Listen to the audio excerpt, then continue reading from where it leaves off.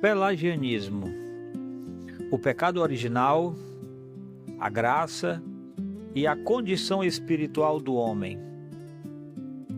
Ao estudarmos o pelagianismo, entramos em uma das controvérsias mais profundas e decisivas da história da teologia cristã. Porque nela, a Igreja precisou responder à pergunta fundamental acerca da condição espiritual do ser humano diante de Deus. Diferente das grandes heresias cristológicas anteriores, que se concentravam principalmente na identidade de Jesus, a controvérsia pelagiana voltou-se para a doutrina do homem, do pecado e da graça. Em muitos sentidos, trata-se de uma batalha acerca da própria natureza da salvação. O debate entre Pelágio e Agostinho tornou-se um dos momentos mais importantes de toda a história da teologia ocidental, porque dele surgiram formulações que influenciariam profundamente a compreensão cristã posterior sobre depravação humana, livre-arbítrio, graça divina, eleição e redenção. A tradição reformada, posteriormente, reconheceria nessa controvérsia uma das raízes centrais de sua própria compreensão do Evangelho da graça soberana. O principal nome associado ao movimento foi Pelágio, provavelmente originário das Ilhas Britânicas e conhecido por sua disciplina moral, rigorosa e elevado padrão ético. Pelágio chegou a Roma no final do século IV e ficou profundamente incomodado com aquilo que percebia como relaxamento moral entre os cristãos. Muitos professavam a fé cristã enquanto continuavam vivendo de maneira espiritualmente negligente. Além disso, Pelágio observava pessoas justificando seus pecados, alegando fraqueza humana inevitável ou incapacidade moral decorrente da queda. Diante disso, começou a desenvolver forte reação contra qualquer doutrina, em sua visão, que enfraquecesse a responsabilidade humana diante de Deus. A preocupação moral de Pelágio era inicialmente compreensível. Ele desejava enfatizar a seriedade da obediência cristã e a responsabilidade pessoal. O problema surgiu na maneira como passou a compreender a natureza humana após a queda. Segundo Pelágio, o pecado de Adão afetou apenas o próprio Adão. A humanidade não herdou corrupção moral radical, nem culpa original proveniente da queda. Cada ser humano nasce espiritualmente neutro, essencialmente nas mesmas condições morais em que Adão foi criado originalmente. O homem possui plena capacidade natural de obedecer a Deus caso escolha corretamente. Essa posição alterava profundamente toda a compreensão cristã da salvação. Para Pelágio, a graça divina era importante principalmente como auxílio externo, instrução moral e exemplo oferecido por Jesus.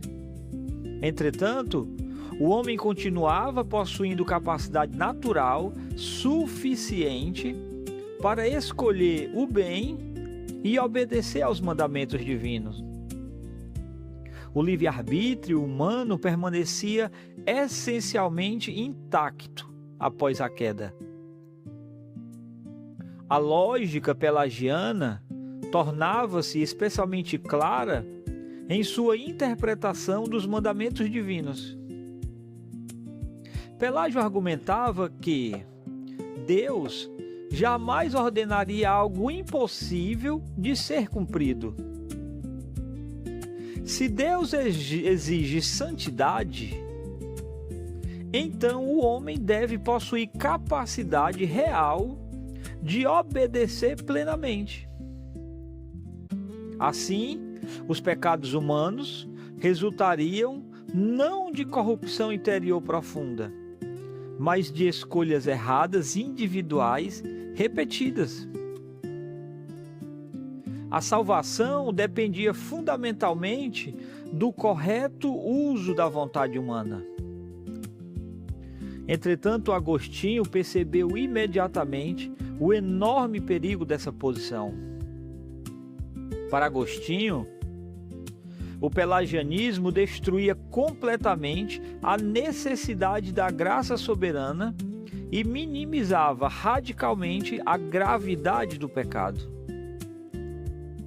Sua própria experiência espiritual havia lhe mostrado a profunda escravidão moral do coração humano caído.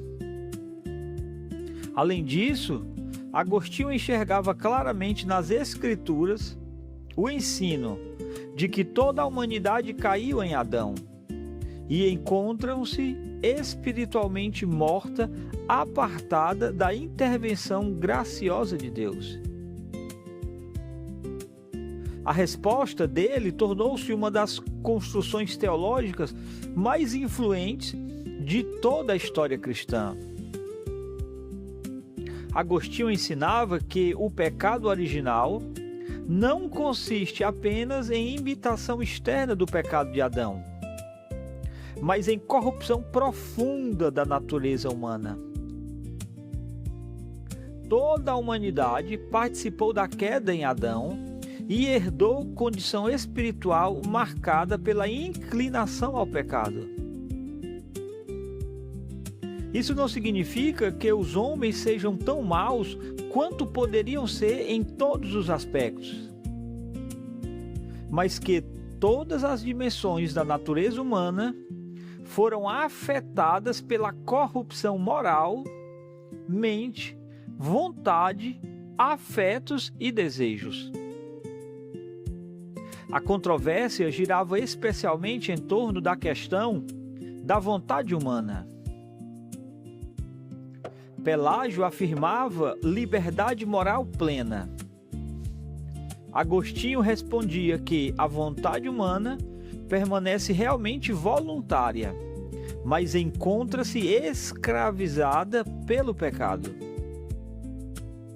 O homem caído continua fazendo escolhas reais, porém seus desejos estão inclinados contra Deus.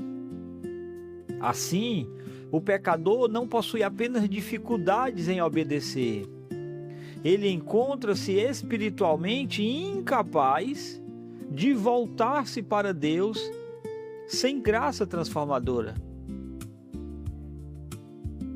Agostinho apoiava-se fortemente em textos bíblicos como: porque pela graça sois salvos mediante a fé.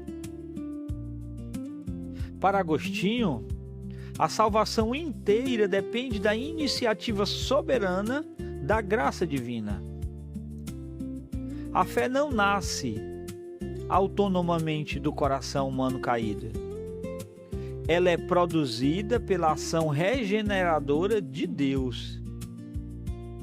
A graça não é mero auxílio externo, mas poder transformador que ressuscita espiritualmente pecadores mortos.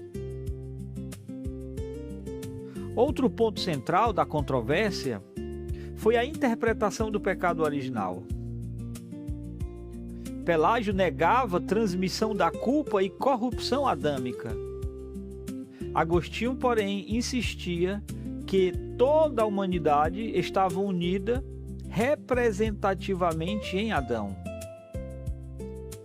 Quando Adão caiu, toda a raça humana caiu. Assim, Os homens não se tornam pecadores apenas ao cometer atos pecaminosos. Cometem pecados porque já nascem pecadores. Essa compreensão possuía enormes implicações para a doutrina da salvação. Se o homem possui capacidade natural suficiente para obedecer plenamente a Deus, então a cruz de Cristo torna-se principalmente exemplo moral ou ajuda suplementar. Mas se o homem está espiritualmente morto em seus pecados, então a redenção exige intervenção soberana da graça divina, desde o início até o fim. A controvérsia pelagiana também envolveu profundamente a prática do batismo infantil na igreja. Agostinho argumentava que o batismo de crianças fazia sentido precisamente porque até mesmo os recém-nascidos necessitam da graça redentora devido ao pecado original. Pelágio, ao negar a corrupção herdada, enfraquecia significativamente essa compreensão tradicional. À medida que o debate avançava, tornou-se cada vez mais claro que o pelagianismo comprometia seriamente o coração do Evangelho da Graça. Diversos sínodos regionais condenaram suas doutrinas e, posteriormente, o movimento foi oficialmente rejeitado pela Igreja. Mesmo condenado formalmente, o pelagianismo deixou influência duradoura e continuaria reaparecendo sob diferentes formas ao longo da história cristã. Um aspecto extremamente importante dessa controvérsia é perceber como ela revela duas compreensões radicalmente diferentes acerca da condição humana. Pelágio possuía visão relativamente otimista da natureza humana. O homem seria essencialmente capaz de escolher corretamente caso recebesse boa instrução moral. Agostinho, porém, via o pecado como realidade muito mais profunda, enraizada no próprio coração humano. Essa diferença continua atravessando toda a história intelectual do Ocidente. Grande parte do pensamento moderno tende naturalmente a aproximar-se de pressupostos semelhantes aos pelagianos, enxergando o mal principalmente como resultado de ignorância, ambiente social ou escolhas externas, e não como corrupção inicial. Além disso, a controvérsia pelagiana influenciou profundamente toda a teologia medieval posterior e tornou-se central novamente durante a Reforma Protestante. Reformadores como Lutero e Calvino enxergavam em Agostinho importante precursor da doutrina da graça soberana. A tradição reformada, posteriormente, desenvolveria ainda mais profundamente as implicações da depravação humana e da necessidade da graça eficaz. O pelagianismo também nos ajuda a compreender como falsas doutrinas frequentemente nascem de preocupações legítimas, desequilibradas. O estudo do pelagianismo permanece extremamente atual, porque tendências semelhantes continuam profundamente presentes dentro da Igreja. A batalha contra Pelágio tornou-se, portanto, um movimento decisivo para a preservação do Evangelho da Graça.